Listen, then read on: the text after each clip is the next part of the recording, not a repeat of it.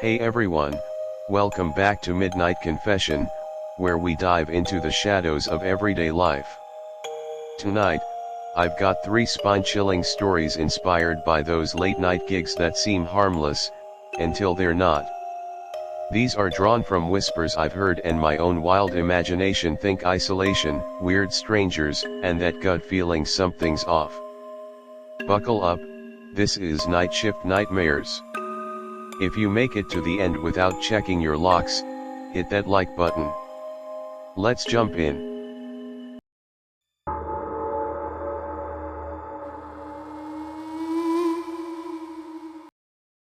Back when I was scraping by in my early 20s, I took a gig as a night security guard at this massive abandoned warehouse on the edge of the industrial district. It was supposed to be easy: patrol the grounds, check locks, scare off any kids trying to graffiti the place. The pay was decent, and with no one around, I figured I'd catch up on podcasts. The building was huge, all rusted metal and echoing halls, lit only by my flashlight and a few emergency bulbs. My shift started at midnight, and the day guard handed over the keys with a smirk, saying, "Just don't listen too hard to the echoes, they play tricks." The first few hours were boring. I'd walk the perimeter, shine my light into dark corners, and nothing. But around 2 a.m., as I was looping through the main storage area, think endless rows of empty shelves, I heard it, a faint scraping, like nails on concrete, coming from the far end. I froze, heart pounding. "Hello," I called out, but only my voice bounced back. I chalked it up to rats or wind, but as I kept patrolling, the sound followed me, always just out of sight. By 3 a.m., I was back at the security booth, reviewing the grainy cameras. That's when I saw a shadow flit across one screen, a tall, hunched figure darting between shelves. No alarms tripped, no doors breached. I grabbed my radio to call it in, but static drowned out the line. Panicking a bit, I headed back in to check. The scraping grew louder, closer. I turned a corner and there it was, not a person, but a mannequin from some old display, toppled over.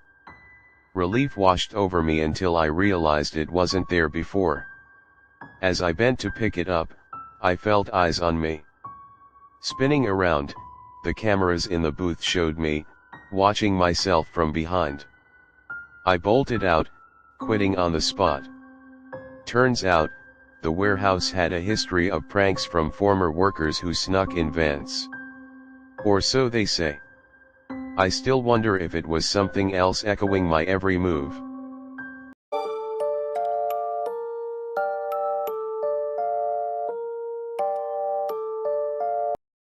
Fast forward a couple years, I needed quick cash during a brutal winter, so I signed up for overnight shifts at a rundown gas station off the highway. It was the kind of place truckers stop for coffee and smokes, but at night, it was dead quiet, just the hum of the fluorescents and the occasional semi rumbling by. My job: stock shelves, man the register, and keep an eye on the pumps. The manager warned me about drifters who hang around after dark, but I laughed it off. I'd dealt with weirdos before. One stormy night, snow piling up like a blanket, the power flickered around 1 a.m. No customers for hours. Then, a beat-up van pulls up, tires crunching ice, and this guy stumbles out. He was bundled in layers, face hidden under a hood, eyes darting like he was hunted. He came in, grabbed a coffee, and just stood there, staring at the candy racks without buying. "You okay, man?" I asked from behind the counter. He muttered something about waiting for a ride, but his voice was off, like he was talking to someone else. Minutes ticked by, he didn't move. I glanced outside, his van was gone. Vanished into the blizzard. Freaked, I locked the doors early. But then the phone rang, the station's landline. I picked up, and a voice whispered, "Let me in." Click. Hang up.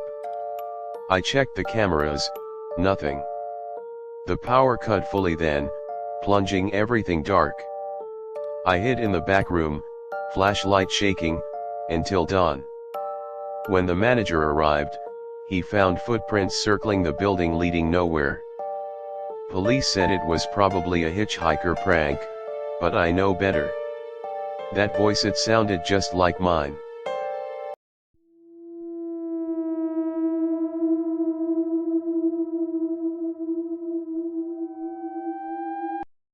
The Midnight Rideshare Run.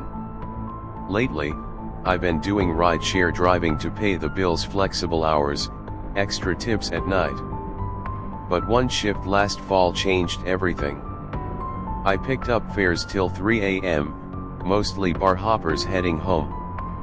This one request came in, a pickup from a quiet suburb, no details, just urgent.